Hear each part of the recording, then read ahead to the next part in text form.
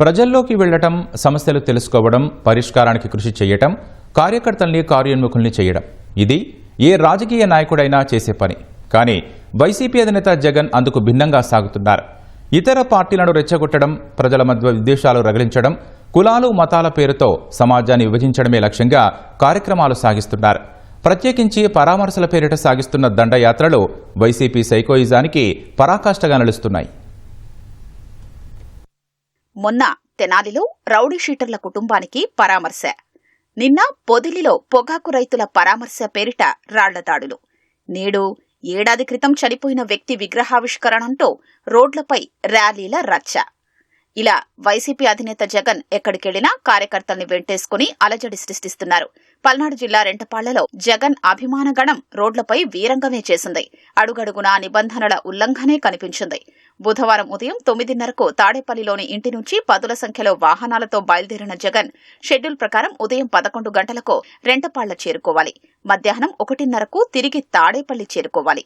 కానీ కార్లు, ద్విచక్ర వాహనాల ర్యాలీగా వెళ్లిన జగన్ మార్గమధ్యంలో ఆగుతూ రెంటపాళ్లకు సాయంత్రం 4:40 చేరుకున్నారు.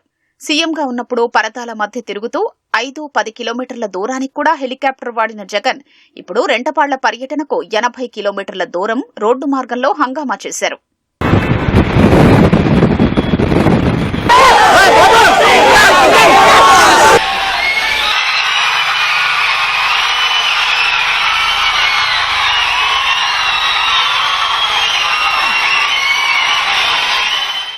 జగన్ రెంటపాళ్ల పర్యటనలో వైసీపీ కార్యకర్తలు రెచ్చిపోయారు. పలుచోట్ల నేతలే పోలీసు బారికేడ్లు తోసేసి అరాచకం సృష్టించారు. కార్యకర్తలైతే బైకు సైలెన్సర్లు తీసేసి పెద్ద శబ్దాలు చేస్తూ వీరంగం వేశారు. సత్తెనపల్లి, క్రోసూరు రహదారిపై బహిరంగంగానే మద్యం తాగుతూ హల్చల్ చేశారు. రోడ్డును పూర్తిగా ఆక్రమించి ఎవ్వరినీ వెళ్లనీయకుండా జెండాకర్రలు ఊపుతూ ఉన్మాదం ప్రదర్శించారు. ఫలితంగా 2 మృతి చెందారు. ఒక మహిళ తీవ్రంగా గాయపడింది. సాధారణ జనం నరకం చూశారు. పోలీసుల వైపు చూస్తూ తొడలు కొట్టడం, ఈలలు వేసి రెచ్చగొట్టడం, తొక్కిపడేస్తాం, రప్పా రప్పా నరుకుతాం, అన్నొస్తాడు, అంతు చూస్తాడు ఇలాంటి స్లోగన్లతో ప్లకార్డులు ప్రదర్శించడం వైసీపీ బరితెగింపునకు పరాకాష్ఠగా నిలుస్తోంది.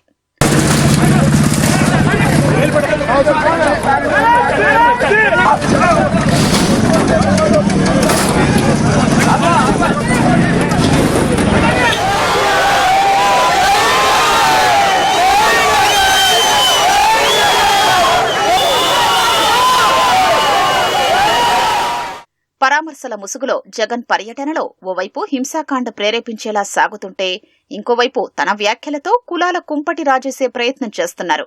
అధికారంలో ఉన్నన్నాళ్లు ఓ వర్గాన్ని లక్ష్యంగా చేసుకున్న జగన్ ఇప్పుడు అదే వర్గాన్ని చంద్రబాబు అణచివేస్తున్నారంటూ కుల విద్వేషాలు రగిల్చే ప్రయత్నం చేశారు.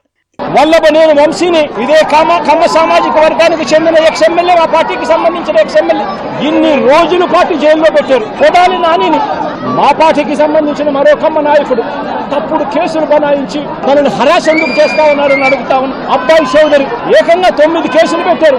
అవినాష్ను కూడా కేవలం కమ్మ సామాజిక వర్గంలో పుట్టాడు, చంద్రబాబు నాయుడును వ్యతిరేకిస్తున్నాడు అన్న ఒకే ఒక కారణంతో కేసుల మీద కేసులు పెట్టి రోజు హింసించే కార్యక్రమమే చేస్తా ఉన్నాడు. తలశీల రఘురాం, ఎన్డీబీ సత్యనారాయణ, నంబూరి శంకర్రావన్న, బ్రహ్మనాయుడన్న 2 ఎక్స్ఎమ్మెల్యేలు తప్పుడు కేసులన్నీ కూడా బనాయించే కార్యక్రమం ఎందుకు చేస్తా ఉన్నారని అడుగుతా ఉన్నా. నా పక్కనే తెనాలి ఎమ్మెల్యే ఎక్స్ఎమ్మెల్యే శివ ఉన్నాడు.